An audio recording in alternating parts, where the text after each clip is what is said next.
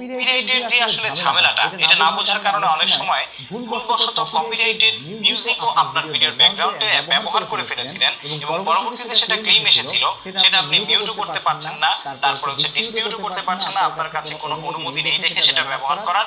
আর সেই সাথে আপনার কন্টেন্টটাকে আপনি চাচ্ছেন না রিপ্লেস করার সং দিয়ে, যাতে করে আপনার আসলে কথা সহ চলে যায়। সেই ক্ষেত্রে তারা ডেফিনেটলি কিন্তু এখন থেকে এই ইরেজ সেকশনটা ব্যবহার করতে পারবেন for erasing the music part of your video. আশা করছি এই আপডেটটা আপনাদের ডেফিনেটলি ভালো লেগেছে এবং ইউটিউবকে ধন্যবাদ জানাচ্ছি এমন দুর্দান্ত একটি আপডেট নিয়ে আসার জন্য। আশা করছি আমাদের এই ভিডিওটি থেকে আপনি এতটুকু তথ্য পেয়েছেন ইউটিউবের নতুন নতুন update, YouTube tutorials, YouTube tips and tricks এবং video making guideline, video editing সংক্রান্ত নিত্য নতুন সব ভিডিও পেতে অবশ্যই আমাদের চ্যানেলটি সাবস্ক্রাইব করতে ভুলবেন না। যারা ফেসবুক পেজ থেকে ভিডিও দেখছেন এবং অন্যান্য সোশ্যাল প্ল্যাটফর্ম থেকে আমাদেরকে দেখছেন ডেফিনেটলি ফলো করতে ভুলবেন না। দেখা হচ্ছে পরবর্তী ভিডিওতে। সে পর্যন্ত সবাই ভালো থাকুন, সুস্থ থাকুন। আসসালামু আলাইকুম ওয়া রাহমাতুল্লাহি ওয়া